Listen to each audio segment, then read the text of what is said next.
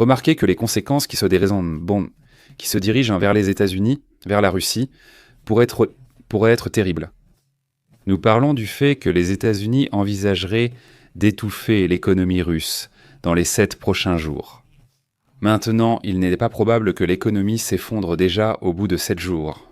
Et non, mais au bout de 7 jours commencerait le mouvement d'étouffement de l'économie russe de la part de Donald Trump, le président des États-Unis. À quoi fait-on référence avec cette idée d'étouffement ? Eh bien ici, nous parlons en réalité d'une stratégie de sanctions secondaires. Non, pas des sanctions directement contre la Russie, mais contre son entourage. C'est-à-dire ces pays comme la Chine, l'Inde, mais aussi des pays comme le Brésil, la Turquie, Taïwan, qui sont même parfois des amis ou des partenaires des États-Unis.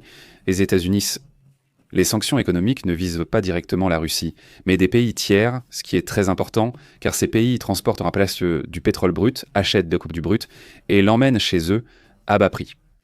Mais cela génère un grand essor économique pour la Russie. Donald Trump dit que si la guerre ne s'arrête pas, alors ils vont imposer des sanctions à un autre niveau. En résumé, il s'agit de mettre Vladimir Poutine en difficulté économiquement afin qu'il ne puisse pas soutenir la guerre, faute de moyens.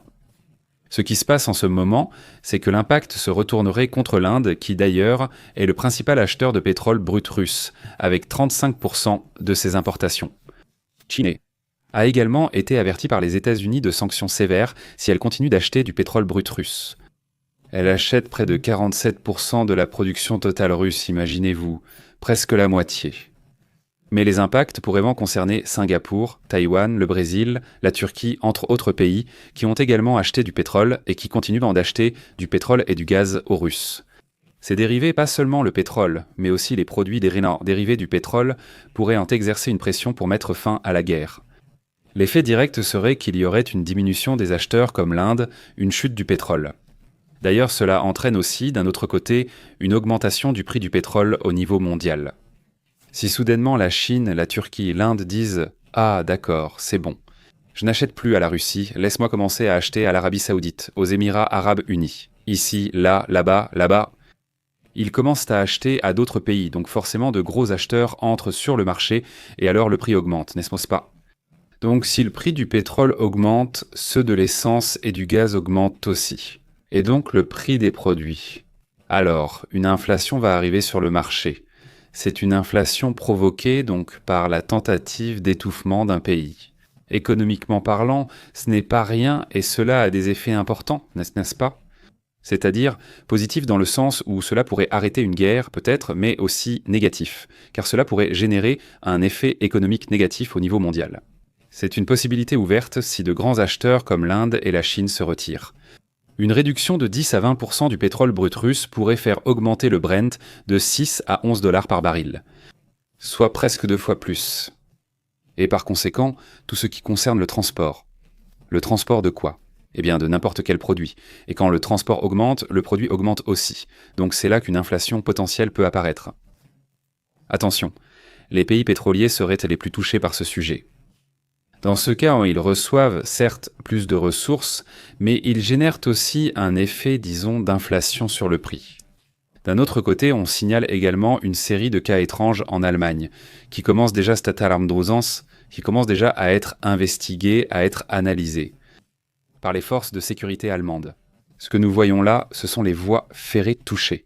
Il y a déjà plusieurs voies en ferré qui ont été frappées en Russie au cours des dernières 48 heures.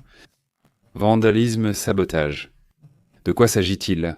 L'Allemagne fait face à la deuxième attaque incendiaire en moins de 48 heures.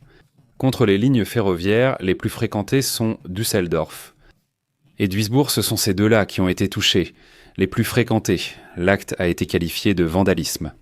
J'ai mes doutes, mais bon, c'est ce que disent les autorités allemandes. Ils pensent que c'était du vandalisme, que c'était un des bandes, quelque chose comme ça.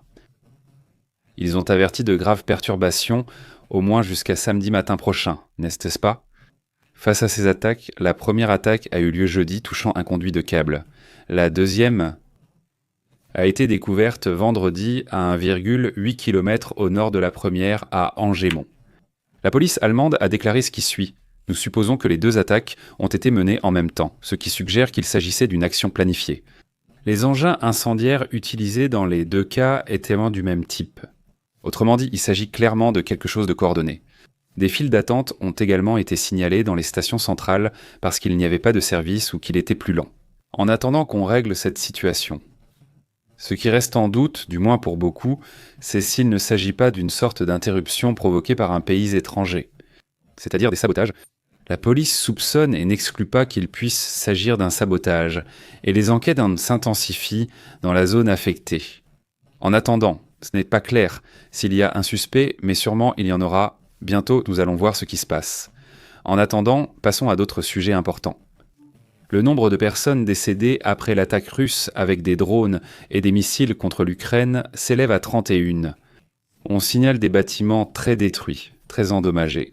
Cela fait suite à une série d'attaques fortes et sévères contre des zones de la capitale. Elles touchent aussi bien la capitale que d'autres régions aux alentours.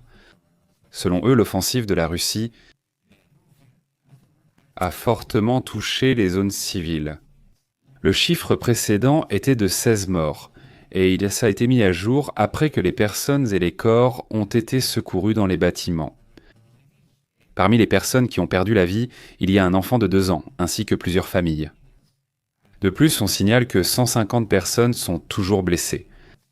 L'attaque a été l'une des plus violentes de ces dernières offensives, avec de nombreux drones et missiles. Cela fait aussi partie de ce que attire l'attention aujourd'hui.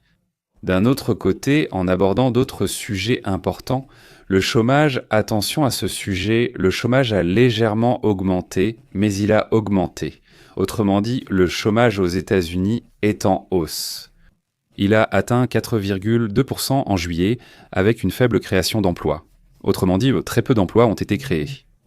Nous parlerons bientôt des chiffres et de la situation en détail, mais d'emblée, c'est un problème.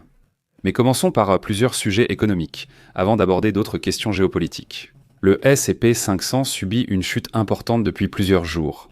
Au début, cela semblait être une simple correction, mais la baisse persistante laisse penser qu'il s'agit de plus que cela. Maintenant, curieusement, les banques dont les analystes ont commencé à dire qu'elles allaient un temps très bien. Le S&P. Je parie 1500 € que le S&P va commencer à monter et qu'il faut y investir car tout va augmenter. Que se passe-t-il après? Ça commence à baisser. Qu'est-ce que ça veut dire? Il faut savoir lire les rapports de ces banques et fonds. Quand ils disent qu'ils vont monter, il est très probable qu'ils ne vont pas monter. Ce qu'ils font, c'est donner l'impression que ça va monter, parce qu'ils sont sur le point de vendre et le prix va chuter. Alors, ils créent ça, ils génèrent cet effet, non que nous pensons que ça va monter. L'attente est très positive. Voilà le mouvement qui arrive. Alors, ils ont dit ça il y a quelques jours, le commentaire était bizarre, mais maintenant on voit pourquoi ils le disaient non. C'est-à-dire que c'était étrange. Lorsque tu constates que c'est à un niveau historiquement élevé, n'est-ce pas étrange de penser que ça peut encore continuer à augmenter? C'était étrange. Maintenant, on voit la chute du Standard et Poor's 500 et quand il chute, d'autres choses chutent aussi, non? C'est-à-dire, le Bitcoin est aussi en train de chuter après une excellente performance, mais en ce moment, il est en train de baisser. En ce moment. Ça fait aussi partie de ce qui se passe. Le Nasdaq, d'ailleurs, a connu des hausses impressionnantes. Regardez ces hausses, ici, c'est vraiment une correction très légère, des hausses impressionnantes. Bon, ça, ce sont les technologiques, ce sont les entreprises technologiques. Elles vont très bien actuellement, malgré un début d'année un peu particulier. Passons à d'autres sujets importants de l'actualité mondiale. Regardez, commencez. On commence déjà à avertir. Comment? Eh bien, cette confiance que le Mexique a face aux réactions concernant les tarifs commence à devenir plus solide. On commence à observer comment, malgré 1000 choses et 1000 problèmes, on parvient à inverser la question des tarifs douaniers. Cela, pourrait être important, surtout au moment des investissements potentiels dans le pays, n'est-ce pas? Nous verrons bien, espérons une réaction positive. En ce moment, les marchés, c'est la bourse de valeur du Mexique, ne sont pas au maximum. Même si jeudi aussi, nous venons d'une très forte hausse qui a eu lieu depuis le mois de décembre 2024. À partir de là, ça a commencé à monter, et maintenant la bourse de valeur a commencé à baisser. Cela aussi à cause de la question des droits de douane et de ce que cela peut entraîner dans ce sens. Pointe à la ligne. Quoi qu'il en soit, eh bien, le peso mexicain reste fort par rapport au dollar. 18,90. En ce moment, le dollar se reprend un peu, mais il est loin du prix auquel il était, à presque 22 pesos. Alors bon, c'est aussi une partie importante de ce qui se passe dans le monde. Allons-y donc voir ce qui se passe dans d'autres cas assez terribles dans le monde.